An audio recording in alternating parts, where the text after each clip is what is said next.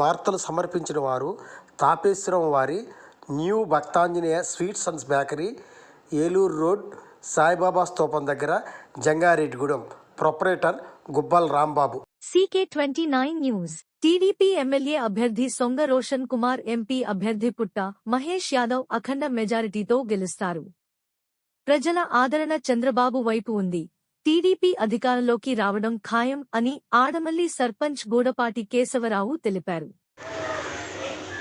రేపు 13వ తారీఖున సోమవారం నాడు జరగబోయే ఎమ్మెల్యే ఎంపీ ఎలక్షన్లలో ఎమ్మెల్యే అభ్యర్థిగా చింతలపూడి నుంచి సొంగ రోషన్ కుమార్ గారు, ఎంపీ అభ్యర్థిగా ఏలూరు నుంచి పుట్ట మహేష్ యాదవ్ గారు ఇరువురు పోటీ చేయడం జరుగుతుంది.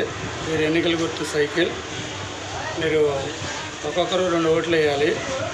ఆ 2 ఓట్లు కూడా సైకిల్ గుర్తుపై వేసి ఇరువురిని కూడా మంచి మెజార్టీతో గెలిపించాలని కోరుకుంటున్నాం. ఇప్పుడు ఎందుకనంటే ఇప్పటి వరకు ఈ ప్రభుత్వంలో ప్రజలు అన్ని వర్గాల వారు కూడా చాలా నష్టపోవడం జరిగింది. ఇక రాబోయే రోజుల్లో మళ్ళీ వీళ్ళే రావాల్సి వస్తే కనుక, ఇప్పుడున్న ప్రభుత్వం రావాల్సి వస్తే కనుక ఎవరు కూడా ఇక ఈ రాష్ట్రంలో బ్రతికే పరిస్థితి ఉండదు. భావితరాలు అంతా కూడా చాలా దెబ్బతింటారు. కాబట్టి అందరూ కూడా సైకిల్ గుర్తుగా ఓటేసి గెలిపించాలి.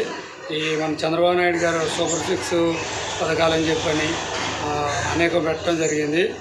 ఈ చాలా మంచిగా ఉన్నాయి. కాబట్టి వాటిలన్నింటినీ దృష్టిలో పెట్టుకుని సైకిల్ గుర్తుగా ఓటేయాలి. ఈ జగన్మోహన్ రెడ్డి కొత్తగా ల్యాండ్ టైటిల్ యాక్ట్ అని చెప్పని కొత్తగా ఒకటి తీసుకొచ్చారు. దానివల్ల మరీ ఇబ్బంది ఉంది. మన ఆస్తులన్నీ కూడా ఆయన అండర్లోకి వెళ్ళిపోయినాయి అంటున్నారు.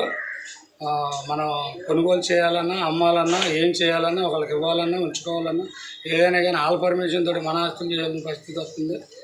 కాబట్టి ఇవన్నీ కూడా ఈ యాక్ట్ని కూడా రద్దు చేయాలన్నా, అందరూ సేఫ్గా ఉండాలన్నా ఈ చంద్రబాబు నాయుడు గారు ముఖ్యమంత్రి అయితేనే అన్ని విధాలు అంతా బాగుంటుంది. కాబట్టి మీరందరూ కూడా ఈ సైకిల్ గుర్తు కొట్టేసి సొంగ రోషన్ కుమార్ గారిని 50,000 పైచిలుకు మెజార్టీతోటి, అలాగే పుట్ట మహేష్ యాదవ్ గారిని 2 లక్షల పైచిలుకు మెజార్టీతోటి గెలిపిస్తారని ఆశిస్తున్నాను.